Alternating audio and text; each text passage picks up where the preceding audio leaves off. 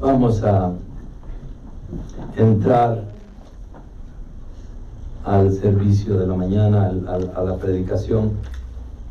Siempre me pasa lo mismo, cuando la prédica debería ser más corta, es cuando más larga se me va a hacer. Pero ustedes no tienen hambre ahora, si es que se van a aguantar acá. Tipo 2, 3 de la tarde vamos a ir saliendo ahora. Amén. Vigilia de día.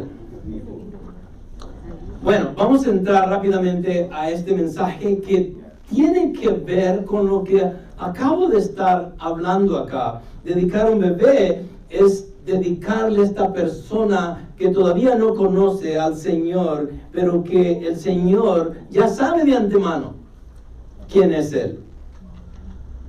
Y gloria a Dios porque Él sabe, nosotros no sabemos. Por lo mismo nuestra tarea es guiarlo a que lo conozca. El mensaje de esta mañana tiene que ver con el Sermón del Monte.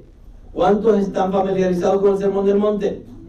Ok, el Sermón del Monte está en el capítulo 5, 6 y 7, ok, 5, 6 y 7 de Mateo. Empieza el Sermón del Monte con las bienaventuranzas. Y empieza de esta manera. Bienaventurados los pobres en espíritu, pues de ellos es el reino de los cielos. ¿Okay? Déjenme explicar qué es ser bienaventurados aquellos pobres en espíritu. Para poder tener una idea bien clara, quiero que entendamos el concepto de dónde viene Jesús. Jesús viene, empieza su ministerio.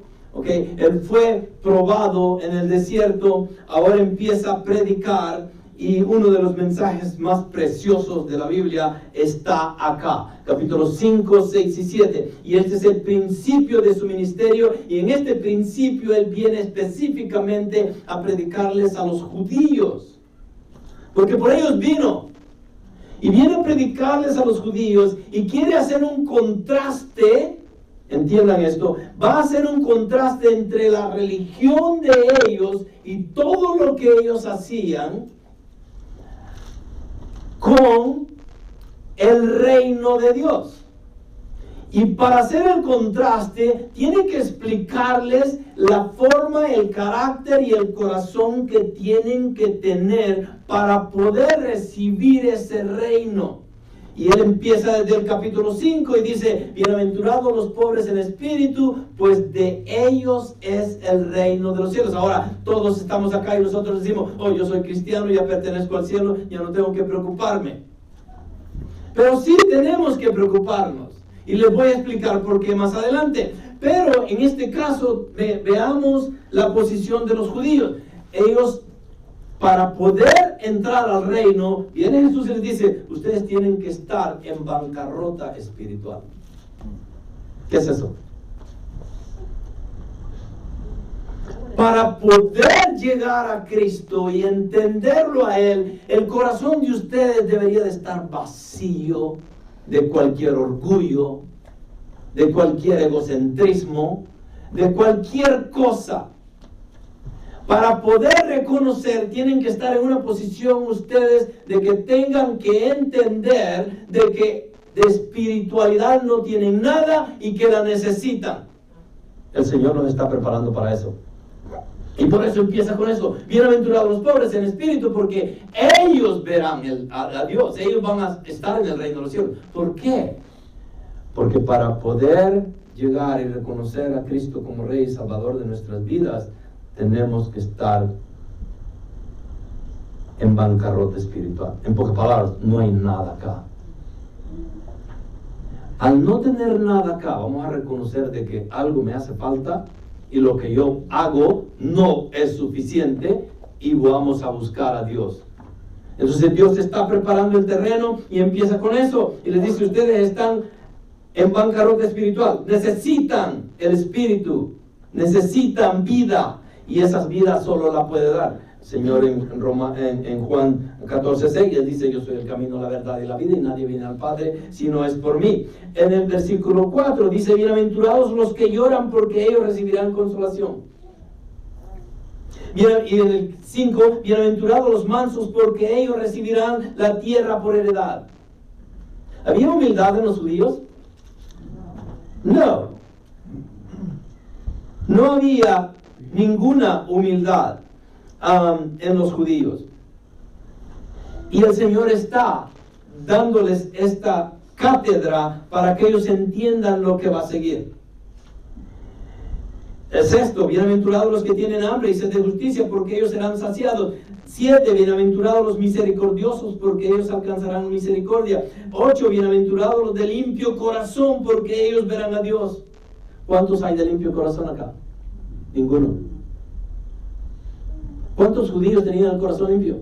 Ninguno. Entonces, ¿qué les está diciendo el Señor? Necesitan un corazón limpio que ustedes no tienen. Y el único que lo puede limpiar soy yo, no yo, ¿ok? El Señor. ¿Ok? Y les está dando esta enseñanza. Bienaventurados los de limpio corazón, porque ellos verán a Dios. 9, bienaventurados los pacificadores, porque ellos serán llamados hijos de Dios. Bienaventurados los que padecen persecución por causa de la justicia, porque de ellos es el reino de los cielos. Bienaventurados sois cuando por mi causa os vitupereen y os persigan y digan toda clase de mal contra vosotros, mintiendo, gozaos y alegraos, porque vuestro galardón es grande en los cielos, porque así persiguieron los profetas que fueron antes de vosotros. Y el Señor empieza a hablar de todo esto. De allí les empieza a decir de que si ellos son todo lo que les pide que sean, van a ser la luz del mundo y la sal de la tierra, y que van a cumplir la ley. Y empieza a demostrarles la ley moral, y empieza a repetir todo lo que Moisés ya les había dejado en Deuteronomios y en Éxodos. Y que no deberían de mentir, de matar, y empieza a darles los 10 mandamientos hasta cierto punto. Habla del adulterio en el corazón.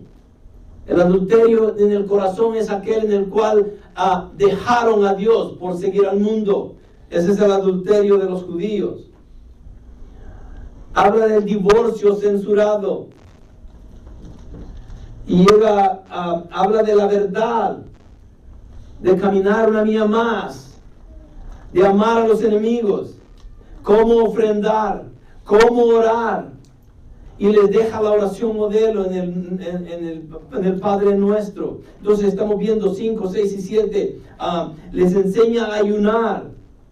Habla de las posiciones y de las riquezas. Habla del miedo y de la ansiedad. Llega al 7 y empieza a no juzgar. Y va y les está diciendo todo esto. Y lo dejo ahí, ok. Entonces el contexto es que Jesús está en la parte culminante del Sermón del Monte, en el capítulo 7, al final del capítulo 7, y inicia en esta parte la aplicación práctica de su mensaje. Su mensaje está dirigida a religiosos judíos, personas muy ritualistas, tradicionalistas y moralistas, pero muchos de ellos interesados en asuntos espirituales también. Jesús usa un ejemplo muy concreto y cercano para todos nosotros: 2 puertas. Y es el primer ejemplo en el capítulo 7. 621 veces se habla de la puerta en la Biblia. La evaluación de los líderes religiosos de Israel ha demostrado claramente que la justicia de los escribas y fariseos no era suficiente para entrar al reino de Dios. Después de terminar este análisis, Cristo presenta la conducta que se espera de quienes lograrán ingresar en el reino. Estas instrucciones no se presentan como requisitos para llegar. Indican el estilo de vida que se observará entre la clase de personas que lograrán hacerlo. Entonces, después de que 5, 6 y 7 capítulos, los capítulos de Mateo, el Señor ha hablado muy claramente sobre cómo debería ser la gente en carácter y moralidad y en espiritualidad para el reino. Llega al final del capítulo 7 y habla de las 2 simientes, pero antes de las 2 simientes habla de las 2 puertas, habla de los falsos profetas, y también habla de los malos siervos, y después llega a las 2 simientes. Entonces, él en Mateo 5:48, perdón, sí, 6:34, ¿qué dice aquí? ¿Por qué me salió esto acá? Bueno, dice, por tanto, sed vosotros perfectos como vuestro Padre Celestial es perfecto. Entonces, después de que predica estos 3 capítulos, el Sermón del Monte, les dice algo, les dice, lo que quiero es perfección. A los judíos les está diciendo, lo que quiero es perfección.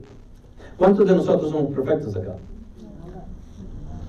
Nadie, ¿verdad? Ninguno. O sea, así como les habló a los judíos, entonces nos está hablando a nosotros también. Por tanto, sed vosotros perfectos como vuestro Padre Celestial es perfecto. Entonces, el problema acá es que, ¿quiénes son perfectos entonces? No hay nadie, no hay ninguno. Romanos 3 habla muy claramente de que no hay ninguno que haga lo bueno, todos se desviaron, nadie es bueno.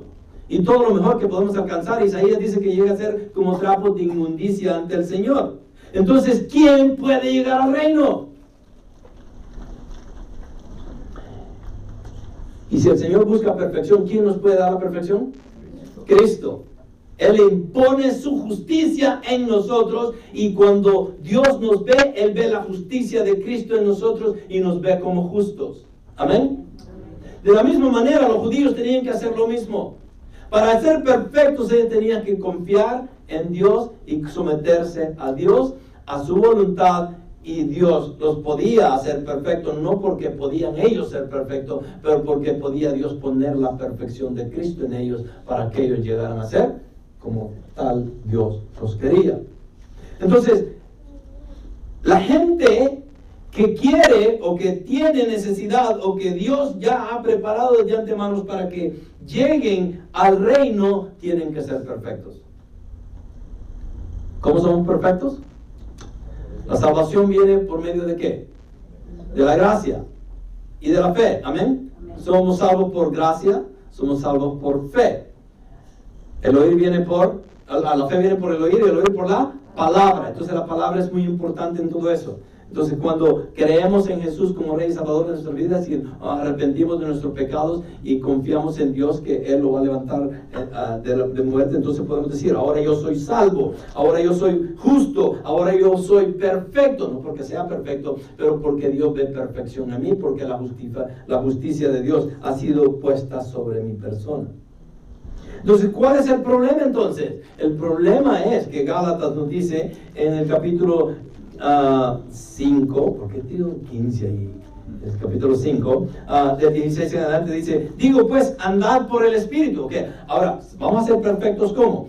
El Espíritu tiene que trabajar para nuestra perfección, porque el Espíritu es el que prepara nuestros corazones y nuestra mente para poder recibir a Cristo como Rey y Salvador de nuestra vida, y somos sellados con el Espíritu cuando somos salvos. Entonces, el Espíritu es parte de la perfección del ser humano. Amén. Ok, entonces, digo pues, andad por el Espíritu y no cumpliréis el deseo de la carne, porque el deseo de la carne es contra el Espíritu, y el del Espíritu es contra la carne. Pues estos se oponen el uno al otro, de manera que no podéis hacer lo que deseáis. Pero si sois guiados por el Espíritu, no estáis bajo la ley. ¿Ok? A todos los que son justos y son guiados por el Espíritu, no estamos bajo la ley. La ley fue abolida.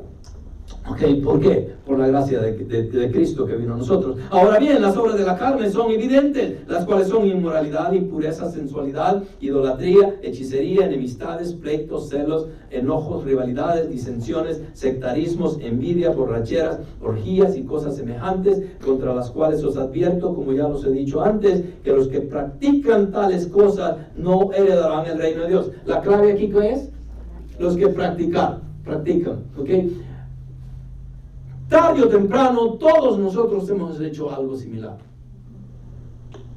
La diferencia y lo que Dios busca es de que nosotros, ahora que somos justos, porque hemos sido salvos, podemos caer en un pecado como este, pero tenemos que ser rápidos a reconocerlo y pedir perdón a un Dios que nos perdona. Amén.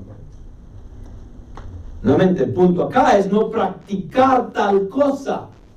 ¿Okay? Entonces vemos como este grupo A es así, y Dios quiere sacar de este grupo A todos aquellos que Él quiere en su reino, y para sacarlos tiene que dar a su Hijo unigénito para que muera en la cruz y nosotros podamos agarrar la justicia de Cristo. Una vez que agarramos la justicia de Cristo y somos sellados con el Espíritu, ahora podemos decir de que no ya vamos a practicar nunca más estas cosas. Así es, amén. ¿Sí me entienden? Y el resultado sería ¿cuál? ¿Qué es lo que sigue después de acá? El fruto. El fruto del Espíritu. Amén. Amén.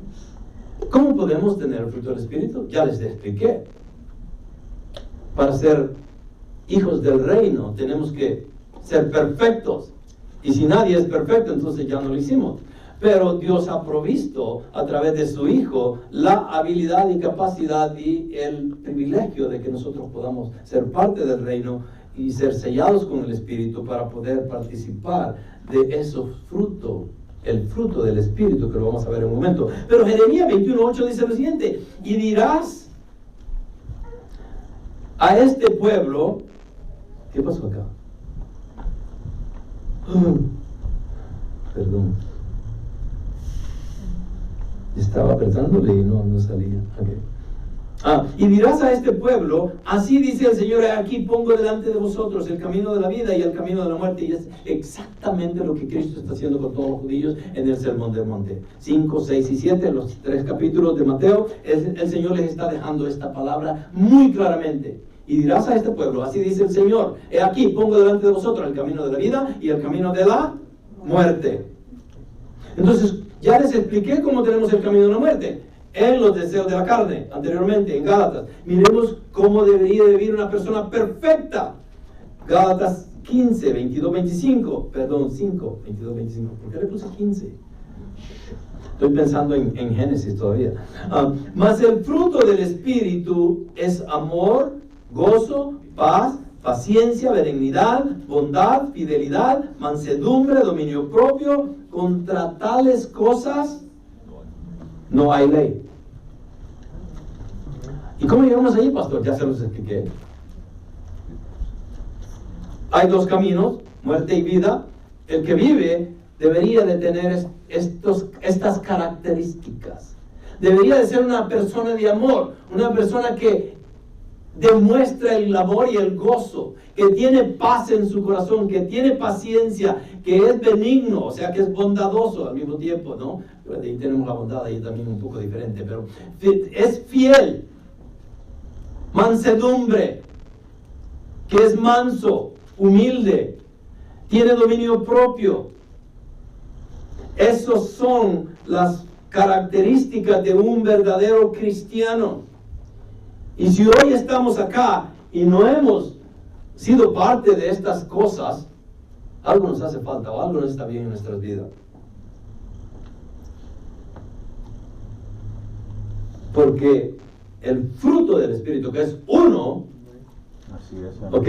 Uno, todos lo deberíamos de tener. Si ustedes levantan la mano ahora, yo pregunto quiénes son cristianos y todos dicen amén. Todos ustedes deberían de tener la capacidad de amar, de gozarse, de tener paz, de tener paciencia, benignidad, bondad, fidelidad, mansedumbre, dominio propio y todas estas cosas. Sí. Entonces, nuevamente, Dios prepara el camino, 5, 6 y 7, les dice lo que necesitan ser para poder llegar al reino. Gálatas, a través de Pablo, nos explica la diferencia entre una persona carnal y una persona espiritual. Esta es la persona espiritual, y para poder llegar a ese nivel espiritual necesitamos de Cristo. Sin Él no somos nada. Amén.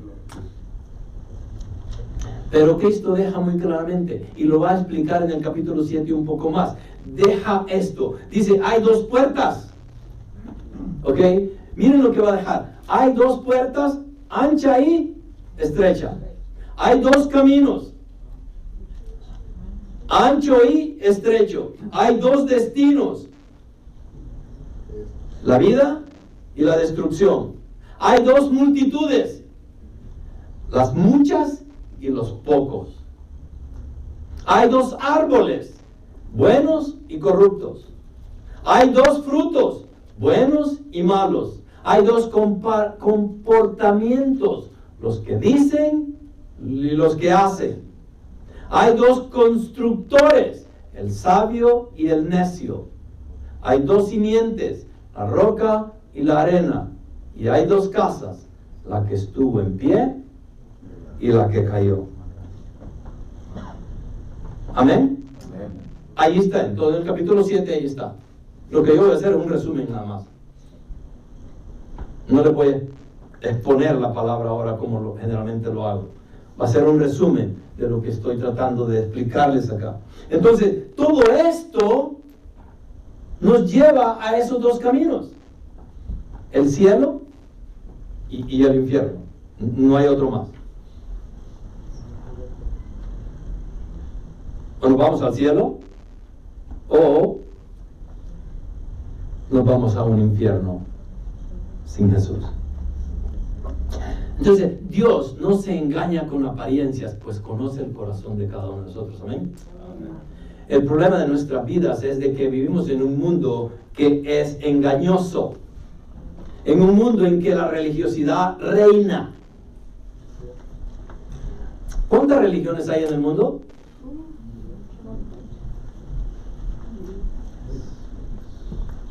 Dos.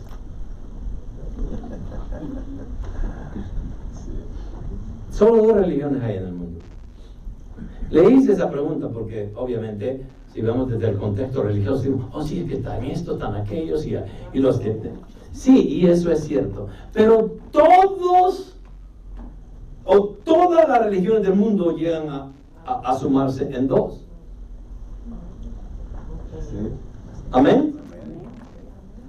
Aquellas que tratan por medio de obras llegar a Dios, y que son todas las religiones del mundo, y las que o la que reconoce que no podemos hacer nada para llegar al cielo y que solo por medio de la obra de Cristo es que podemos llegar ahí, y no puedo yo agregarle nada a la gracia ni a la fe lo que Dios ha hecho en mi vida.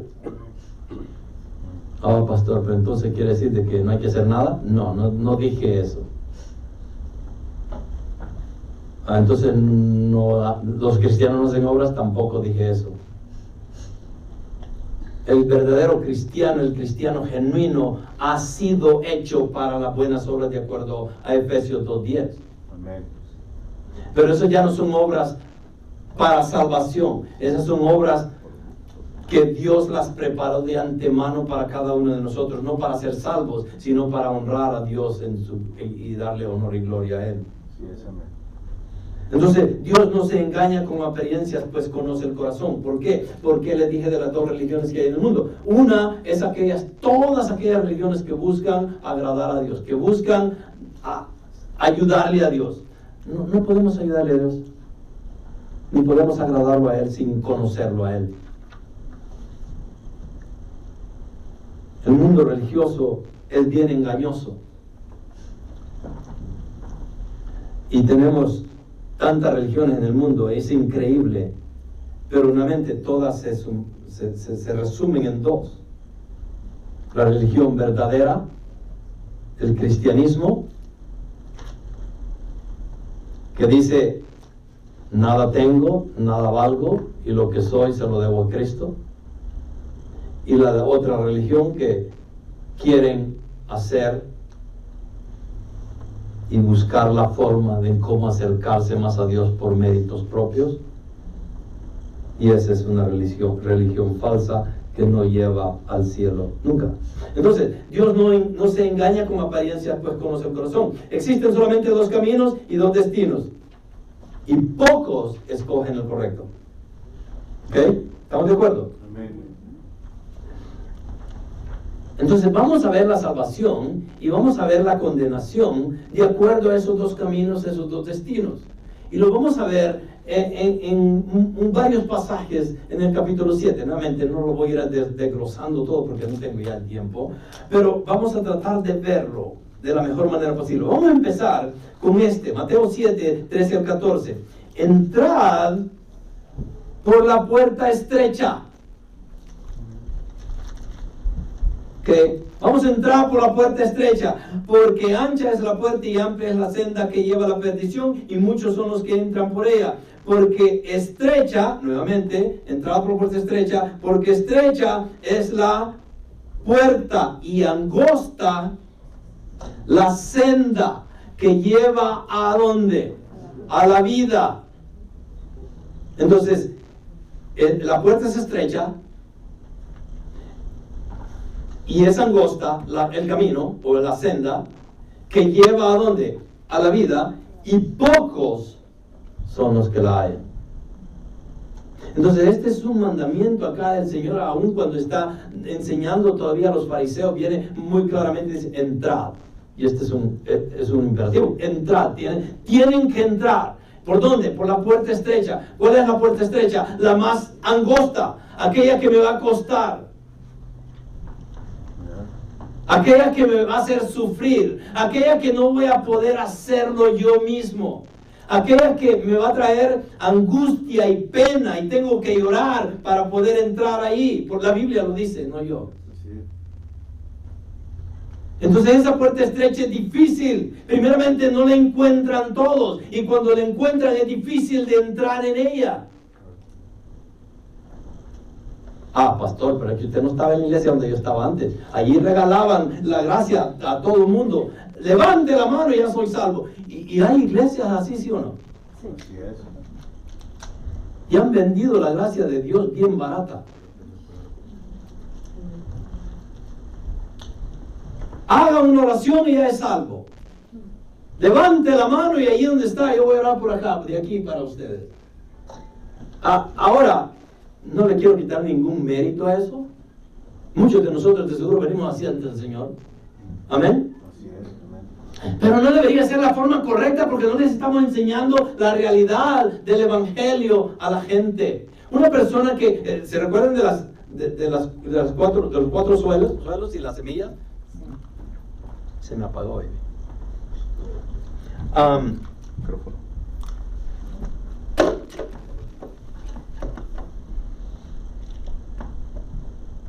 Sí se recuerda, ¿verdad? Sí. Sembrador. Por favor. No sé si va a funcionar. Entonces,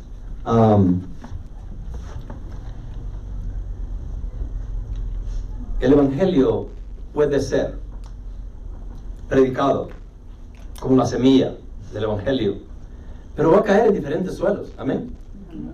Y para que el evangelio caiga en un suelo fértil, esa semilla tiene que tener profundidad, tiene que tener el alimento correcto, el agua, los nutrientes de la tierra y todo, el sol, para que pueda llegar a dar fruto. Y en la parábola del sembrador podemos ver muy claramente que a veces podemos predicar el evangelio a todos y muchos dirían sí, pero no necesariamente significa de que ya son salvos.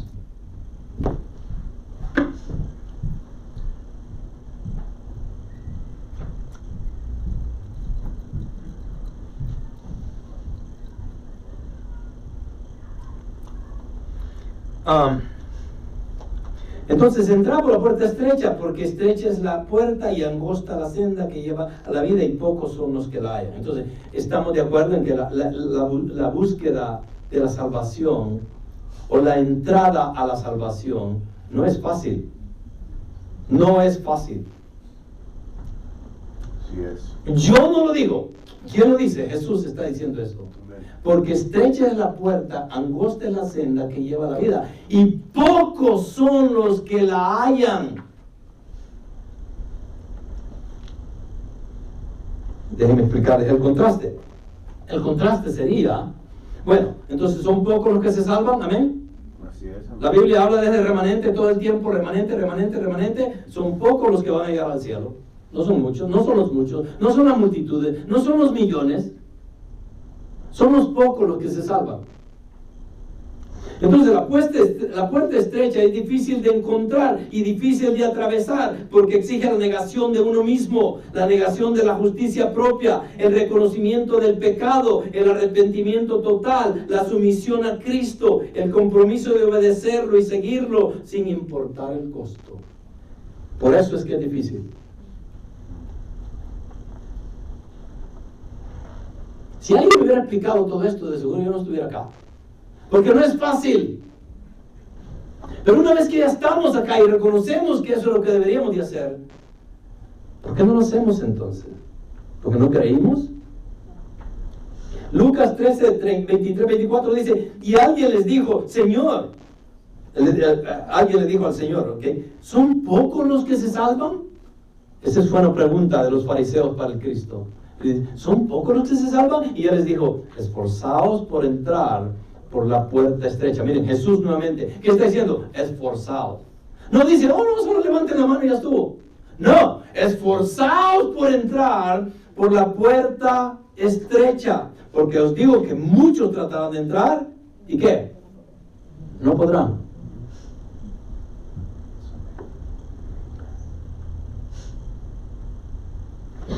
Realidad. Todos acá hoy, puedo asegurar de que no todos vamos a estar en el cielo. Así es, amén. Es una realidad. Aquí hay infiltrados. ¿Ok? Aquí hay farsantes. Aquí hay hipócritas. Aquí hay mentirosos todavía que no han dejado de mentir por... Entonces, pero es la realidad de la iglesia. Por muy buena, la mejor iglesia del mundo pueden ir y van a haber personas allí que no van a llegar al cielo. Así es, amén. ¿Por qué? Porque Jesús lo dice, no yo. Dice, esforzaos por entrar, esforzaos. Cuesta, no es fácil, es difícil. Porque os digo que muchos tratarán y no podrán. No podrán. La puerta angosta, veamos la puerta angosta ahora. La puerta angosta, en una escuela militar se haya escrita esta frase: aquí formamos a los futuros héroes de la patria. No se atreva a pasar por esta puerta si no está dispuesto a ser uno de ellos. ¿Qué está queriendo decir? De que no es fácil ser militar. ¿Cuántos de ustedes han sido militares acá? Levanten la mano. Ninguno, yo soy el único. Wow, increíble. No es fácil. Yo lloraba, ¿ok? No es fácil. Pero no se atrevan a pasar por esta puerta si no están dispuestos a ser uno de ellos. Entrar por la puerta angosta indica lo difícil que será la vida cristiana y ni siquiera se sabe lo que se ha de encontrar en el camino. Pero la alegría está al final. Amén. ¿La vida cristiana es fácil? No debería ser fácil, y si alguno de ustedes me dice que es fácil, eso no es cierto. La vida cristiana no es fácil.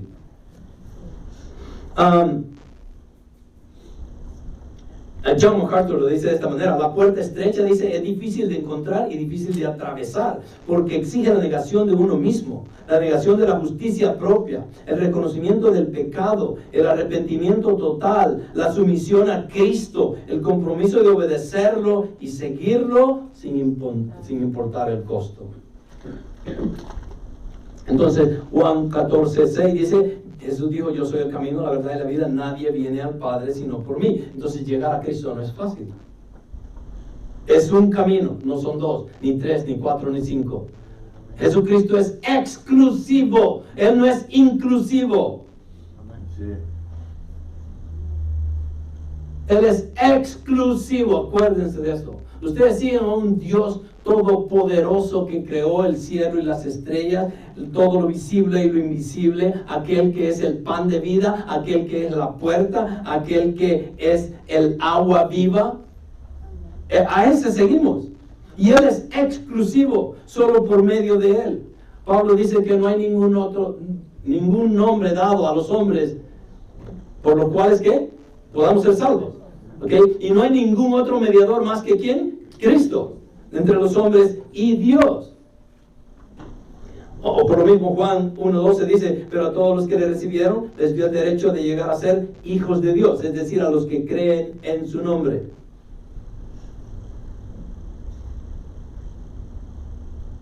El problema con eso es que Jesús viene y viene a dividir a la familia, ¿sí o no? Así es, amén. Sí. Por lo mismo es que somos pocos. Vamos a quedar divididos.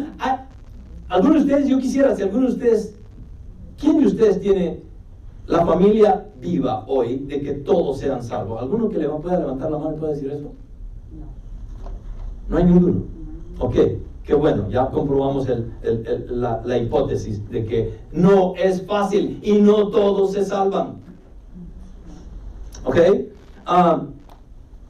por lo mismo, Mateo 10:34 dice lo siguiente: no penséis que vine a traer paz a la tierra. No vine a traer paz, sino espada, porque vine a poner al hombre contra su padre, a la hija contra su madre, y a la nuera contra su suegra. Y a los enemigos del hombre serán los de su misma casa. El que ama al padre o a la madre más que a mí, no es digno de mí. Así es, amén. Yo sé que esto está calando a algunos ahí. Y el que ama al hijo o a la hija más que a mí, no es digno de mí. Y el que no toma su cruz y sigue en pos de mí, no es digno de mí. El que ha hallado su vida la perderá, y el que ha perdido su vida por mi causa la hallará. Ahora, ¿es fácil? No. Esta es la puerta estrecha. Este es lo que nos lleva a la salvación. ¿Es fácil? No, es muy difícil. Si fuera fácil, todas las iglesias estuvieran llenas.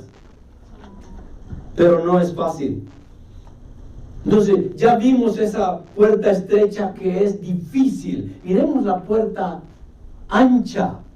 Entrar por la puerta estrecha, porque ancha es la puerta y amplia es la senda que lleva ¿a dónde? A la perdición. Y muchos son los que entran en ella. Si ustedes ven las iglesias, las mega iglesias, las iglesias más grandes en nuestra nación o en Latinoamérica, las iglesias más grandes son las iglesias de una puerta ancha y una senda amplia, que lo único que hacen es empujar a esta gente a la perdición. Ancha es la puerta y amplia es la senda que lleva a la perdición. Muchos son los que entran por ella. ¿Por qué? Porque es más fácil. Sí. No me gusta hacerle burla, y no estoy haciéndole burla en ninguna forma a Joel Osteen, pero la iglesia de él es una mega iglesia. Con más de 10,000 personas, ¿de seguro? Creo que sí. ¿Ah? Ok, 10,000 personas. ¿Y qué predica él? Tú eres campeón. Tú eres lo mejor. Y yo no estoy en contra de pensar positivamente acerca de nosotros. Pero eso no es Biblia. Eso no es palabra. Entonces la puerta amplia y la senda ancha lleva a la perdición, y muchos son los que entran por ella.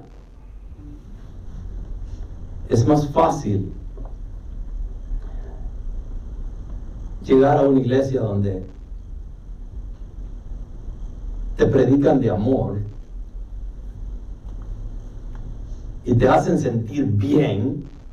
Nunca te dicen la verdad, pero te hacen sentir bien. Y mucha gente que va a iglesia dice: ay, yo me sentí bien ahí. Y yo les digo: salte de esa iglesia entonces.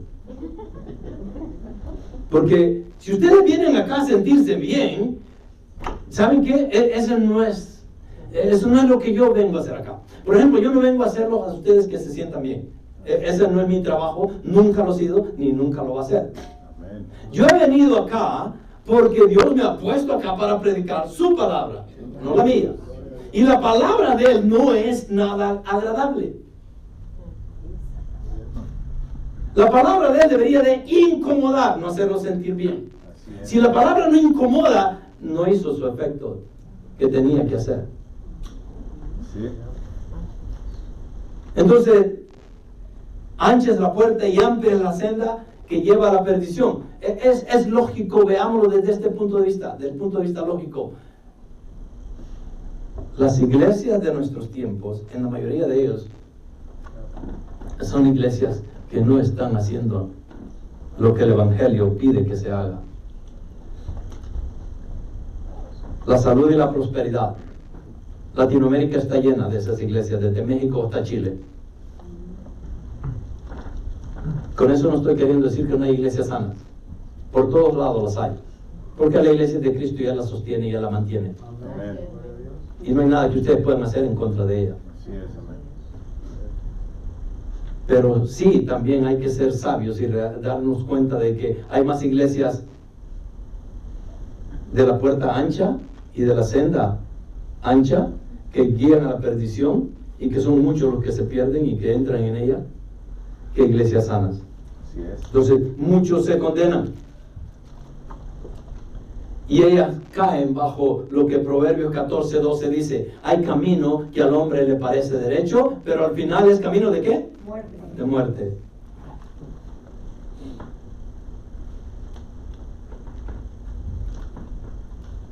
Y en el tiempo de Jesús, esto les decía él a ellos. En Mateo 5:20 dice: porque os digo que si vuestra justicia, está hablando a los apóstoles y a los discípulos que se estaban acercando a él, porque os digo que si vuestra justicia no supera la de los escribas y fariseos, no entraréis en el reino de los cielos. Ahora ustedes dirán, ok, ¿cómo entendemos eso? ¿Quiénes eran los escribas y los fariseos? Los escribas eran los más sabios. ¿Ok? Los escribas eran las personas más intelectuales del tiempo de Jesús. Y los fariseos eran los que reinaban, los que servían en el templo, y ellos los que enseñaban, y eran los hipócritas de la religión. Pero todos ellos caían bajo la misma sombrilla. ¿Ok? Entonces, Jesús les dice: porque os digo que si vuestra justicia no supera a los escribas y fariseos, no entraréis en el reino del cielo. Entonces, wait a minute. Los fariseos eran bien personas nobles, y los escribas eran conocedores de la palabra, y se jactaban hasta cómo se vestían y cómo hablaban. Eran la gente de sociedad y todo lo demás. Sí, pero no tenían una relación directa con Dios. Entonces, si nosotros queremos tener una relación directa con Dios, tenemos que ser mejor que los escribas y fariseos. En el tiempo de Jesús, ¿cuál era la mejor religión que existía? Los judíos. No había otra religión mayor que los judíos. No había otra religión mejor que la de los judíos.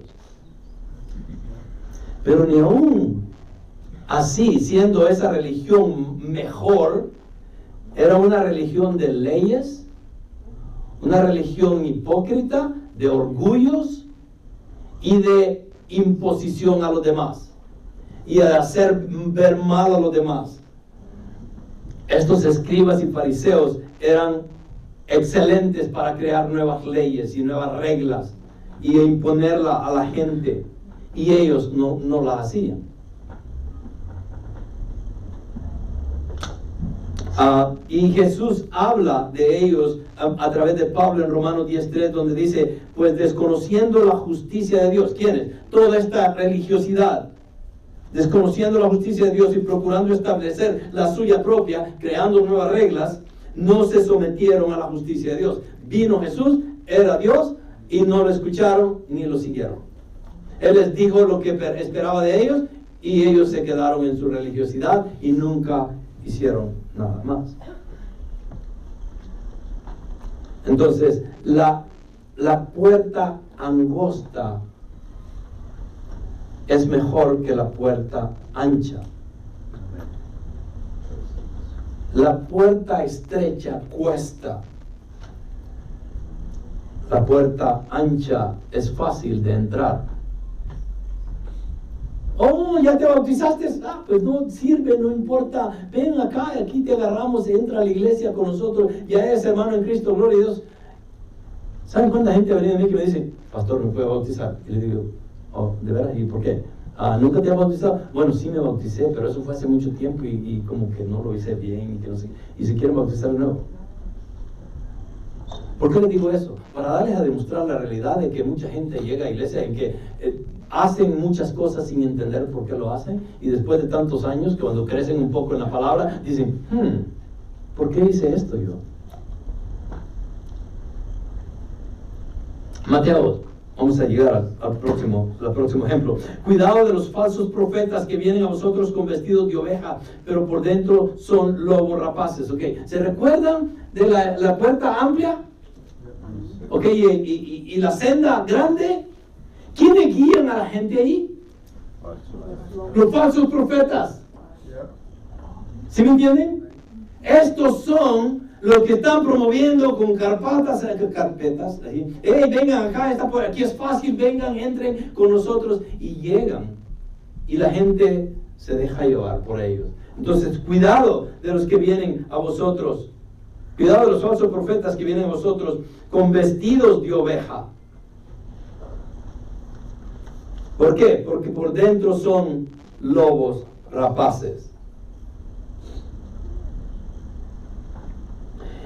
Por sus frutos los conoceréis. ¿Acaso se recogen uvas de los espinos o higos de los abrojos? Así, todo árbol bueno da frutos buenos, pero el árbol malo da frutos malos. Un árbol bueno no puede producir frutos malos, ni un árbol malo producir frutos buenos. Todo árbol que no da buen fruto es cortado y echado al fuego. Así que por sus frutos los conoceréis. Amén. Estos son los promotores de la puerta amplia, ancha. Estos son los que llevan a las multitudes a que crean en Cristo. Pero no les enseñan piedad, no les enseñan que tienen que negarse a sí mismos.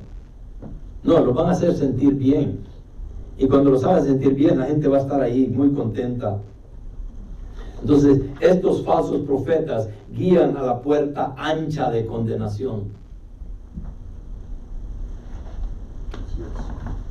Según de Timoteo 3, 1, 5 dice, pero debes saber esto, que en los últimos días vendrán tiempos difíciles, porque los hombres serán amadores de sí mismos, ávaros, jactanciosos, soberbios, blasfemos, desobedientes a los padres, ingratos, irreverentes, sin amor, implacables, calumniadores, desenfrenados, salvajes, aborrecedores de lo bueno, traidores, impetuosos, envanecidos, amadores de los placeres en vez de amadores de Dios. Estos son los falsos profetas.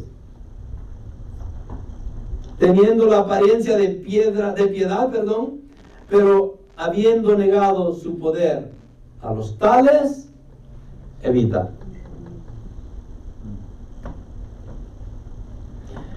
Estos pastores que engañan a la gente caen en la categoría de 1 de Juan 2, 15 y 17, donde dice, no améis al mundo y las cosas que están en el mundo. Si alguno ama al mundo, el amor del Padre no está en él. Porque todo lo que hay en el mundo, la pasión de la carne, la pasión de los ojos y la arrogancia de la vida, no provienen del Padre, sino del mundo. Y el mundo pasa y también las pasiones, pero el que hace la voluntad de Dios, permanece para siempre. ¿Ok? Y voy a terminar con 2 versículos más, no son 2, pero 2 pasajes más. Ok, Mateo 7, 21, 23. No todo el que me dice Señor, Señor, entrará en el reino de los cielos, sino el que hace la voluntad de mi Padre que está en los cielos. Ahora, ¿en qué categoría caen todos estos que están diciendo Señor, Señor? ¿De dónde venimos ahorita? ¿De ver a quiénes? A los falsos profetas, ¿se recuerdan? A los falsos maestros y a todos ellos. ¿Ok? Entonces, ellos son los que van a terminar diciendo en el día del juicio, cuando el Señor regrese, no todo el que me dice Señor, Señor entrará en el reino de los cielos, sino el que hace la voluntad de mi Padre que está en los cielos. ¿Cómo se entra al cielo nuevamente? Para estar en el reino. ¿Hacer qué? La voluntad de mi Padre. ¿Y cómo es la voluntad de mi Padre? Buena, agradable y perfecta. Okay. Muchos me dirán en aquel día: Señor, Señor, ¿no profetizamos en tu nombre? Y en tu nombre echamos fuera demonios, y en tu nombre hicimos muchos milagros. Ahora, déjenme decirles algo. En las iglesias que son corridas por falsos maestros, falsos profetas, ¿hay milagros?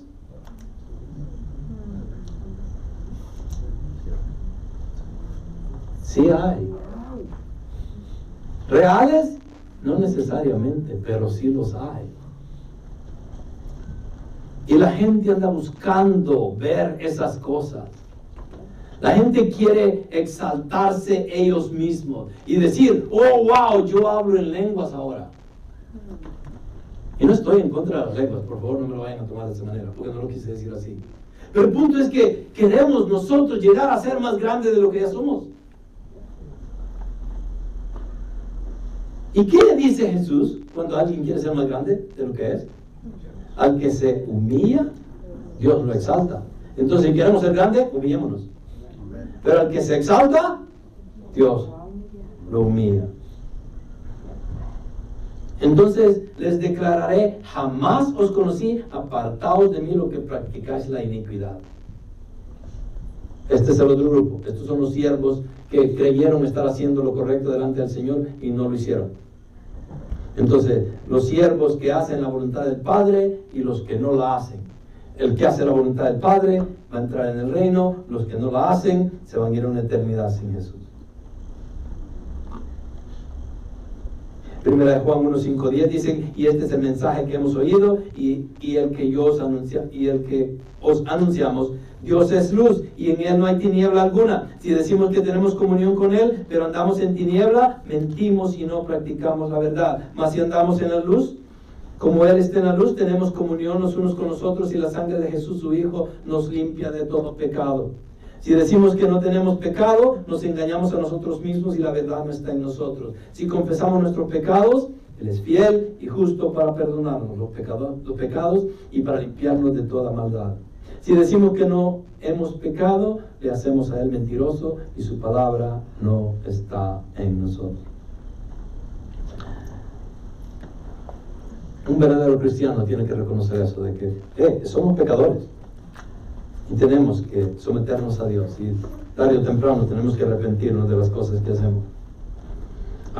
Romanos 12:2: no os adaptéis a este mundo, sino transformaos mediante la renovación de vuestra mente, para que verifiquéis cuál es la voluntad de Dios, lo que es bueno, aceptable y perfecto.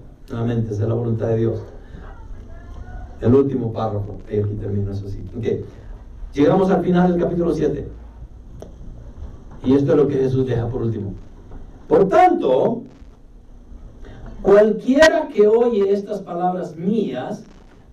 ¿Cuáles palabras? Todo el sermón del monte. ¿Ok? Todo el sermón del monte. Por tanto, cualquiera que oye estas palabras mías y las pone en práctica, ¿se recuerdan que es el hacer las cosas? No saberlas. Lo importante. ¿Y Santiago qué dice? No seáis oidores de la palabra, pero sed hacedores de ella. Entonces, no es lo que yo sé, sino lo que yo hago. Por eso Jesús les dice: cualquiera que oye estas palabras mías y las pone en práctica, práctica es hacerlas. Será semejante a un hombre sabio. El que oye y practica lo que escuchó es un hombre sabio que edificó su casa sobre la roca. Amén. La pregunta es: ¿a dónde está edificada la casa de ustedes? Espiritualmente hablando, ¿a dónde está su religiosidad? ¿Está en la arena o está en la roca? ¿Son sabios o son insensatos? ¿Practican lo que escuchan o solo lo saben pero nunca lo ponen en práctica? Y cayó la lluvia, vinieron los torrentes, soplaron los vientos y azotaron aquella casa. ¿Cuál casa? La del sabio, que escuchó y hizo lo bueno, pero no se cayó. ¿Qué le pasó a la casa? No se cayó. porque estaba fundada sobre la roca. ¿Quién es la roca? Cristo. Lucas habla de esta misma parábola o de esta misma enseñanza, y Lucas habla del sabio que dice que ¿cómo dice? Él escarbó profundamente, ¿ok? Él escarbó profundamente, porque en Israel es como Pandel, y hay muchas colinas, y tierra, y arena, y rocas por todos lados. Pero ¿qué pasa? La tierra y la arena llega a cubrir las rocas y a veces no se ve la roca. Entonces, para poder plantar una casa con bases correctas, tienen que escarbar mucho en la arena para poder llegar a la roca y plantar las bases o el fundamento de una casa. Esa era la idea allá. Pero ¿qué pasa? El argán, el que no quiere trabajar ni quiere sufrir y que quiere la puerta amplia y ancha, solo llega, medio escarba la arenita, quitándole las hojas, y ya quiere plantar su casa ahí. Es aquel que viene a la iglesia y dice: amén, amén, amén, pastor, y no hace nada.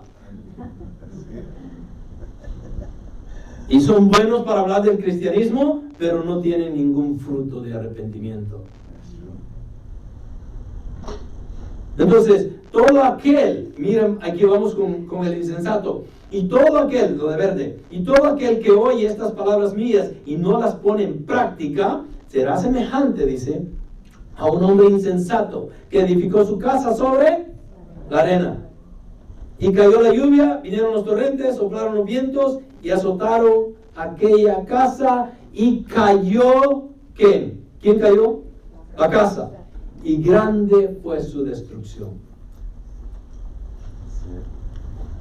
El hombre sabio oyó y obedeció. La roca, cada vez que se habla de roca, obviamente podemos decir que es Cristo, pero cada vez que se habla de roca es una forma de decir obediencia en la Biblia.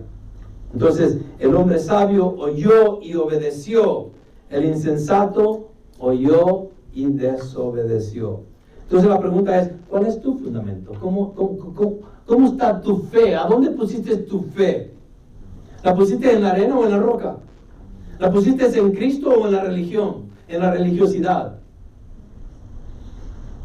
¿Quieres ser exhortado por la palabra o quieres ser apapachado por el amor del hombre?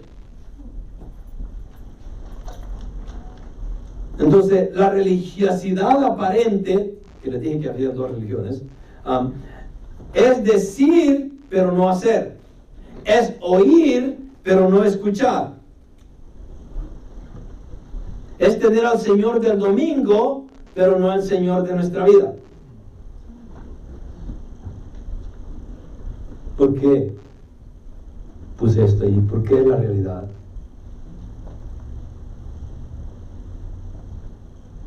¿Se recuerdan que venía diciendo de que ser cristiano es fácil o es difícil? Es difícil, pero deberían de buscar del Señor continuamente. Levantarse los domingos temprano para venir a la iglesia, a veces no es fácil para muchos. Pero si eso los detiene de no venir a la iglesia, yo les digo, entonces están equivocados, están en la puerta amplia. Porque el venir a la iglesia no debería ser fácil. ¿Saben qué? Los domingos es cuando más traba el demonio lo va a poner a uno.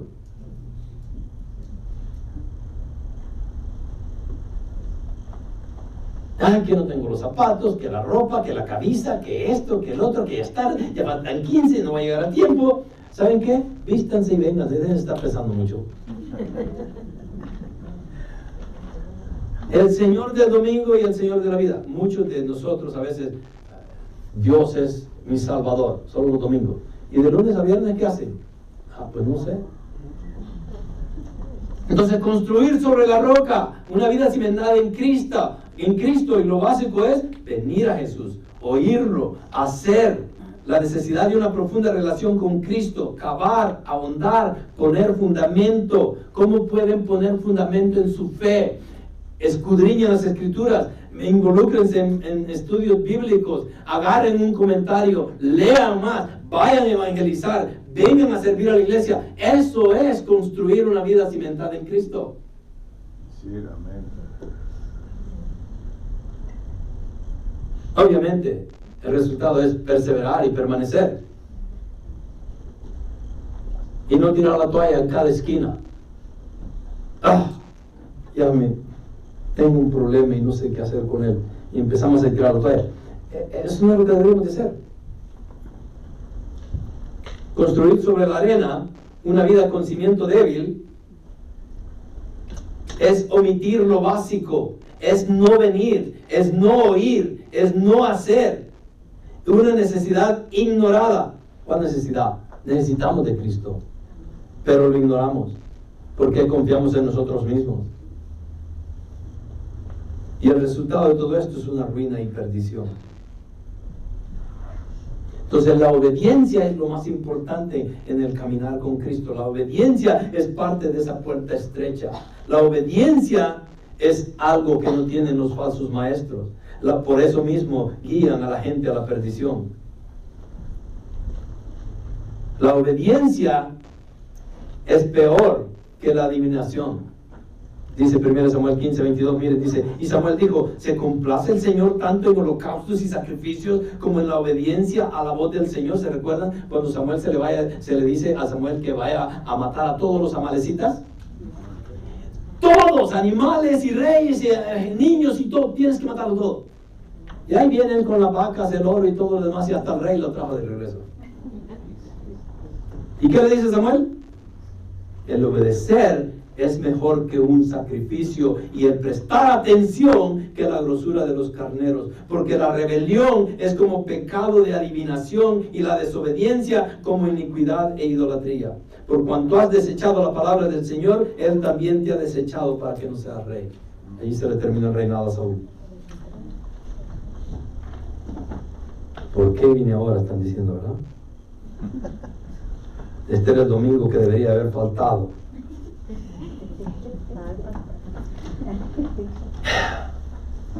No hay amor ahora, ¿verdad?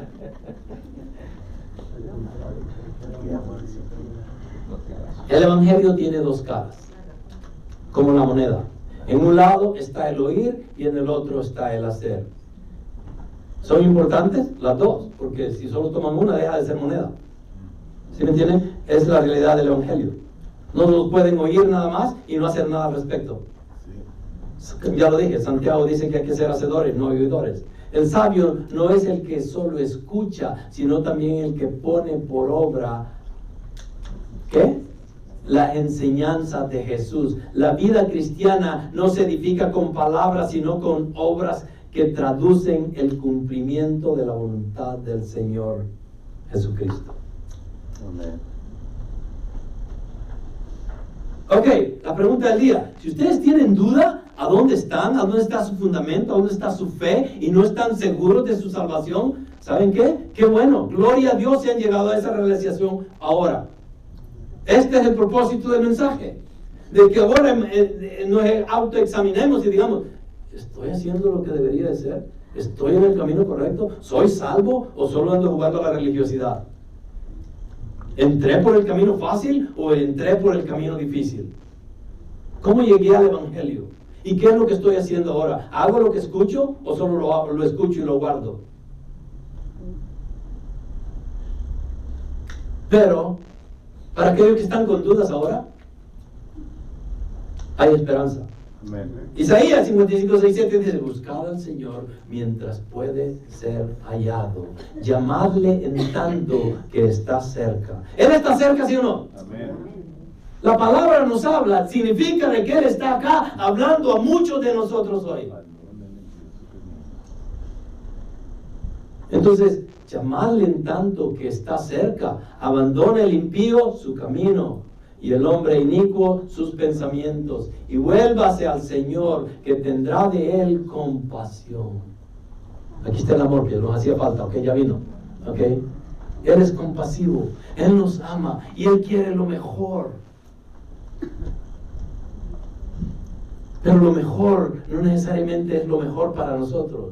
Lo mejor para nosotros es que suframos, que agarremos nuestra cruz y que nos neguemos a nosotros mismos. Eso es lo mejor para el Señor y para nosotros mismos. Entonces, que tendrá, y vuélvase a Él, Señor, que tendrá de Él compasión, al Dios nuestro, que será amplio en perdonar. 2 Corintios 3-5. Poneos a prueba para ver si estáis en la fe. Examinaos vosotros mismos, o no os reconocéis a vosotros mismos que Jesucristo esté en vosotros, a menos de que en verdad no paséis la prueba. ¿El Señor prueba a los suyos? Amén. ¿Y cómo lo va a probar? Con fuego. Sí.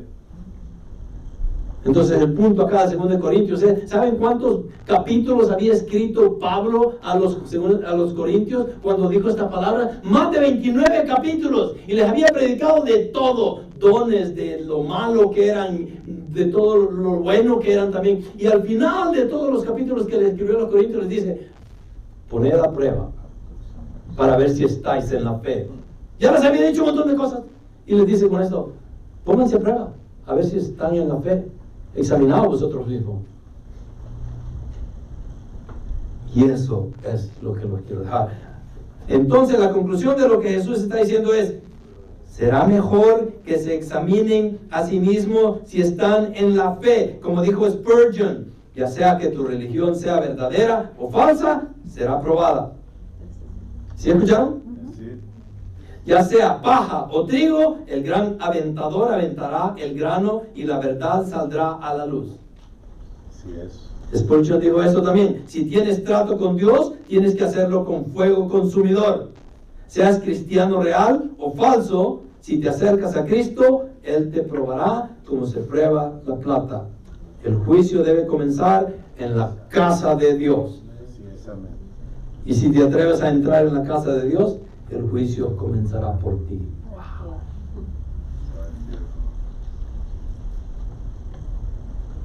Ok.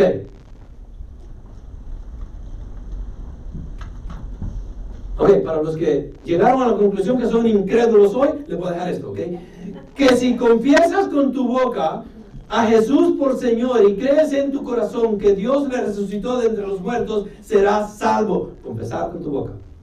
Porque con el corazón se cree para justicia y con la boca se confiesa para salvación. De modo que si alguno está en Cristo, nueva criatura es, las cosas viejas pasaron, y aquí son hechas nuevas.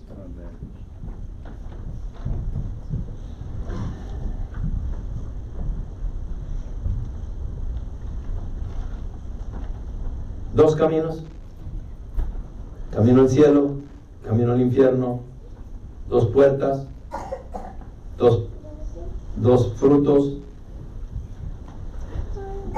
dos siervos, dos simientes, dos constructores, dos casas, dos destinos, cielo y infierno. Entonces, hay dos caminos. La pregunta es, ¿qué camino? ¿En qué camino estamos ahorita? Y solo usted puede contestar esa pregunta. ¿En qué camino estamos? Y si estamos en el camino en el cual estamos honrando y glorificando a Dios, gloria a Dios. Si estamos en el camino en que todavía no sabemos por qué estamos ahí, arrepiéntanse. Así es.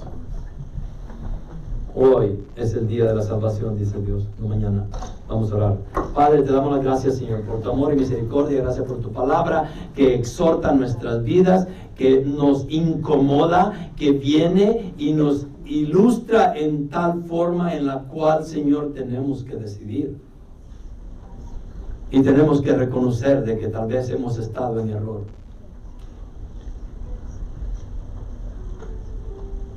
Padre, conocemos suficiente de tus palabras para culpar a los falsos maestros. Conocemos suficiente de tu palabra para decir que todavía ando buscando esa puerta ancha y amplia. Padre, prueba mi fe con fuego.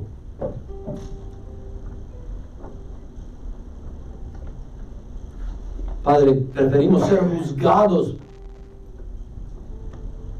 por ti para estar en tu presencia que ser juzgados en tu segunda venida para ir a una eternidad al infierno. Padre, esta ha sido una prédica dura, pero he predicado tu palabra, Señor. Estos son versículos bíblicos que están ahí y los hemos desglosado de la mejor manera posible para poder entender el mensaje de Cristo. Señor, ayúdanos a que seamos nuevamente no solamente oidores, pero hacedores de la palabra. Señor, glorifícate en nuestras vidas. Perdónanos, Señor, si te hemos ofendido. Perdóname, Señor, por los pecados. Y ayúdame, Padre nuestro, y a cada uno de mis hermanos acá presente, a que entendamos el compromiso que entendemos. La puerta angosta es difícil y no muchos la encuentran, pero tú nos diste la capacidad de poderla encontrar. Ahora, Señor, moldéanos, trabaja en nuestro ser, y que tu palabra haga mella en nuestros corazones, y que podamos ser fieles y obedientes en todo lo que hagamos, y es en el nombre de Cristo Jesús que oramos. Amén.